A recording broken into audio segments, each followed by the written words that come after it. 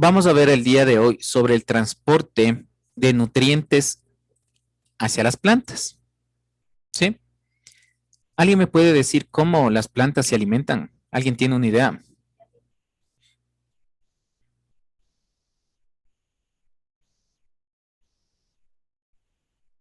Con la fotosíntesis generan su propio alimento.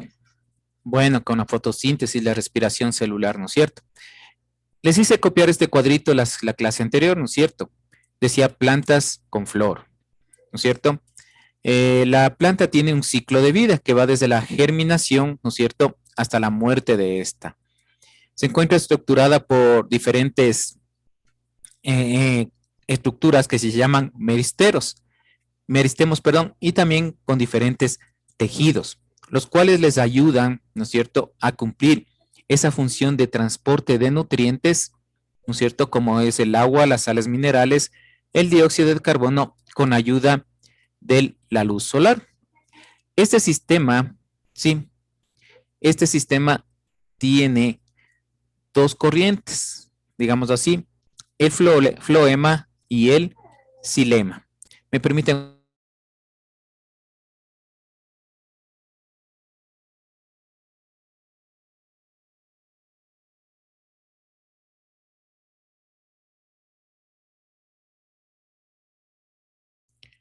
Bueno, entonces les decía, ¿no es cierto?, que tienen dos sistemas, que es el xilema y el floema, ¿sí? Entonces vean, esto nos ayuda prácticamente a este sistema de nutrición. Pero vean, tenemos dos tipos de plantas, las vasculares y no las vasculares, ¿sí?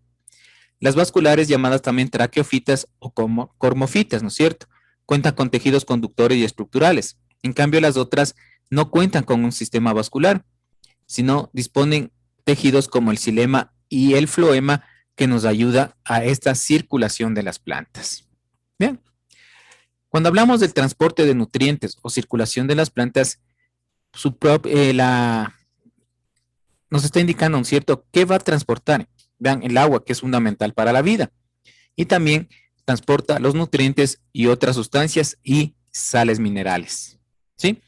Como les decía, estos tipos de nutrientes son transportados a través, ¿no es cierto?, de dos sistemas, el xilema y el floema, que forman dos sustancias, la savia bruta y la savia elaborada, ¿sí?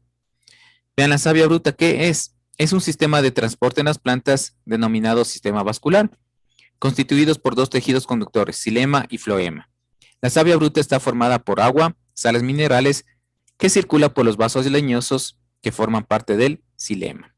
La savia elaborada, en cambio, es un líquido viscoso, rico en sustancias orgánicas que resulta de la unión de la savia bruta con la luz solar y el anhidrido carbónico, en hojas, y circula desde ella hasta los demás órganos de las plantas. Se llaman floema. Pero vean, ¿qué necesitamos saber, no? Cuando nosotros vemos una hojita, vean, nosotros pensamos, es una simple hoja, ¿no? Tiene algunas partes de esta hoja. Vean, tiene el limbo, una base, la parte central que es la nervadura, un borde, el haz, el peciolo y el ápice, ¿sí? Vean, son todas las partes, ¿no es cierto?, de esta hoja. Pero como ustedes pueden ver en una formación, en una estructura más, ¿cómo les puedo decir?, más microscópica, vemos que esta hoja no simplemente es hojita delgadita, ¿no?, sino tiene algunas partes. Vean, las cutículas, la epidermis, la parénquima, vean, espacio aéreo, ax conductor, vean, por donde entra y sale, ¿no es cierto?, el oxígeno y por donde entra el CO2. Vean, por eso esta hojita es importante para este proceso de nutrición de la planta. Vean, y aquí tenemos este sistema, el xilema y el floema. Vean, ¿quién me puede decir algo sobre esto? Viendo solamente el gráfico. A ver, hagan un análisis del gráfico. que el xilema transporta solo para arriba y en el floema están dos tipos de movimiento, que es arriba y abajo, se van transportando el agua y los alimentos. Exactamente, vean, sí. En el xilema solamente tenemos una sola dirección, transporta los nutrientes y el agua en un solo sentido. En cambio, en el floema, ¿no es cierto?, los transporta en un doble sentido. Vean, y aquí tenemos como una especie de, ¿cómo les puedo decir? Como nidos de pájaros, ¿no? Que ayudan para el ascenso de los nutrientes hacia la parte de arriba de las plantas, ¿no? Vean, es muy importante, ¿no?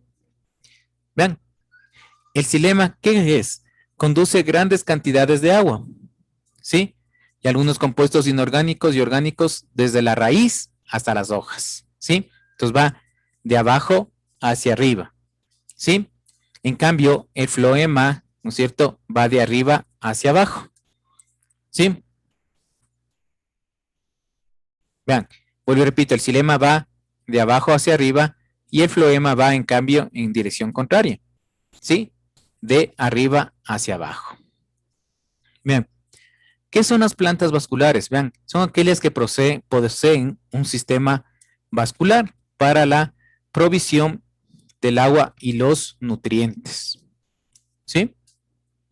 Vean, ¿qué características poseen estas plantas vasculares? Son sencillas, ¿sí? Son briófitas, no producen semillas, viven en ambientes húmedos, ¿sí? ¿Me permiten un ratito, por favor?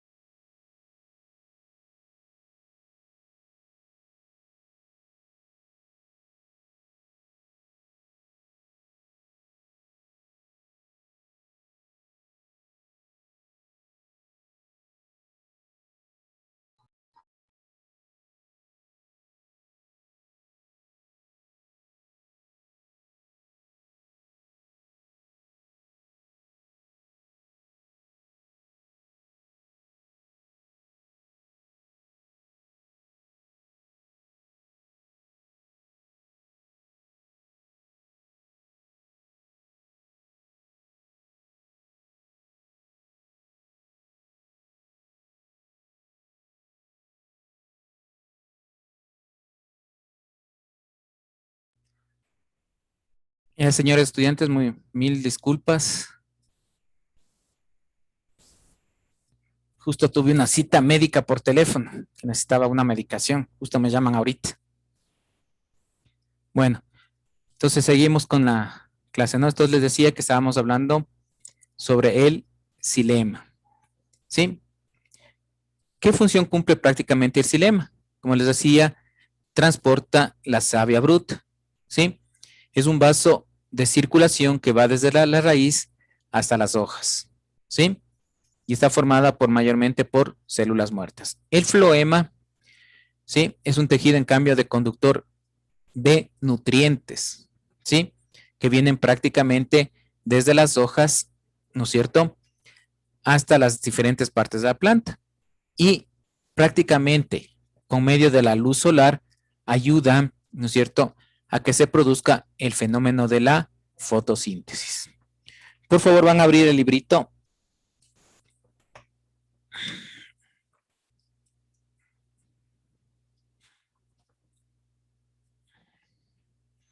Van a abrir el librito en la página 165.